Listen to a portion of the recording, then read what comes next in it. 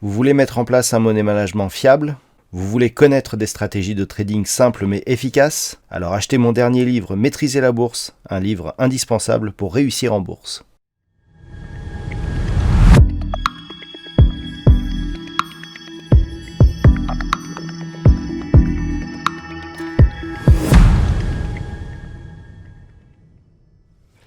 Bonjour à tous et bienvenue sur boursicoté.com pour cette nouvelle analyse technique du CAC 40 en clôture avec une forte hausse qui s'explique par de nombreux facteurs. On a ouvert dès ce matin sur un gros gap haussier, on était sur le point bas de la séance et après avoir connu donc une dynamique haussière, on est un petit peu revenu par rapport au plus haut proche de la zone des 6670 points, puisqu'à 6588,64, eh bien le CAC 40 gagne ce soir 3,68% par rapport à la clôture de la séance précédente. Alors, on a de nombreux facteurs, on a déjà un apaisement entre l'Ukraine et la Russie, puisqu'a priori les pourparlers seraient en progression. On a eu des déclarations politiques qui soutenaient le marché chinois, et dans ce contexte, eh bien, on a connu une forte hausse dans le sillage justement des bourses asiatiques, et ce qui nous valide justement ce très beau signal haussier. Du point de vue des indicateurs techniques, eh bien, on manifeste bien ici ce changement de dynamique, avec ici la poursuite de la dynamique haussière au sens des histogrammes du MACD. On est toujours sur la même dynamique de sortie de cette zone de survente sur le RSI, et les volumes sont, alors ils sont tout juste dans la moyenne, mais supérieurs aux séances ici qui nous avaient donné cette phase de neutralisation. Au niveau du palmarès, du côté des baisses, eh bien, nous avons des valeurs qui avaient plutôt profité du conflit en Ukraine, avec notamment Thales pour l'armement et puis Carrefour pour, je dirais, le côté un peu plus défensif. On a aussi Total Energy qui pâtit un petit peu de la baisse du pétrole. Je vous en parlerai dans l'analyse technique Forex et matières premières. Et puis du côté des hausses, alors on a les bancaires qui profitent énormément, et puis ça devrait durer demain avec notamment la hausse des taux de la Fed. Je vais vous en parler. On retrouve aussi des sociétés comme Renault, fortement exposées au marché russe, mais aussi le luxe avec Hermès, LVMH et Kering, qui profitent un petit peu là plus de la hausse du marché chinois. Donc tout cela soutient énormément la tendance et nous donne la bougie que nous avons actuellement. Donc on a de nombreux signaux techniques. Vous voyez que j'ai laissé ici les retracements de Fibonacci. On a donc ce gap ici haussier qui permet un franchissement plus durable de la zone majeure des 6364 points. On se place ici au-dessus de la moyenne mobile 20 exponentielle et on teste ici le retracement à 61,8% de la précédente dynamique baissière. Et donc dans ce contexte, on peut d'ores et déjà dire que on a affaibli cette dynamique baissière puisqu'on a attaqué ici le retracement des 61,8%.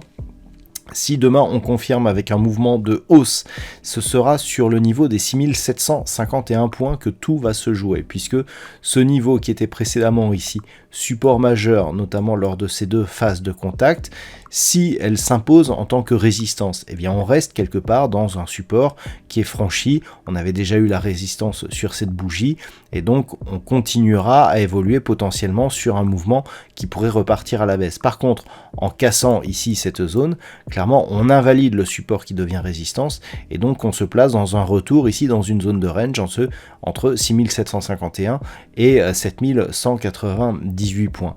Donc ça sera le premier point à surveiller. Qui plus est, si on casse ici cette zone des 6630 points, on casse le retracement à 61,8% de Fibonacci, ce qui nous donne une probabilité bien plus forte de revenir ici sur un retracement total, à savoir cette zone ici des 7169,63. Donc on va voir un petit peu comment ça évolue.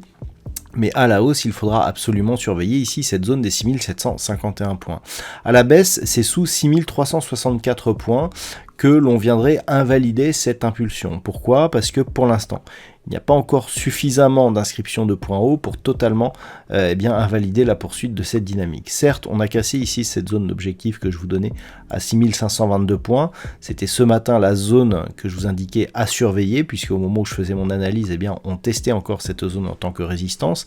Désormais, celle-ci est cassée. Donc d'un point de vue un peu plus court terme, on est déjà sur un retournement de tendance. Par contre, sur le daily, là, il faudra casser des mouvements un peu plus haut, et notamment cette zone ici des 6751 points. Donc c'est ce qu'il faudra surveiller pour demain. Voilà donc ce que l'on peut dire sur cette configuration technique pour ce soir. D'un point de vue statistique, on a une configuration qui nous donne un peu plus d'occurrence, une probabilité qui est déjà assez intéressante. Alors, c'est très intéressant la statistique que l'on a, puisque pour demain, on a une probabilité supérieure à 80%. On est à 83% de probabilité haussière à partir du niveau d'ouverture, et le potentiel augmente encore pour vendredi, ou par rapport donc toujours par rapport au niveau d'ouverture de demain. Et bien vendredi, c'est là que l'on a je dirais le plus d'amplitude statistiquement pour jouer la hausse, donc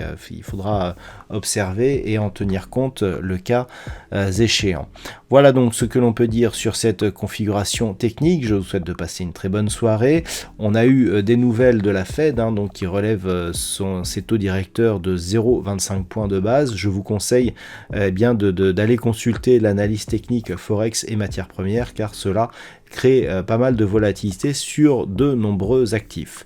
Voilà donc pour ce point CAC 40, je vous souhaite une bonne soirée. On se retrouve dès demain pour d'autres analyses techniques, donc toujours sur le site boursicoté.com.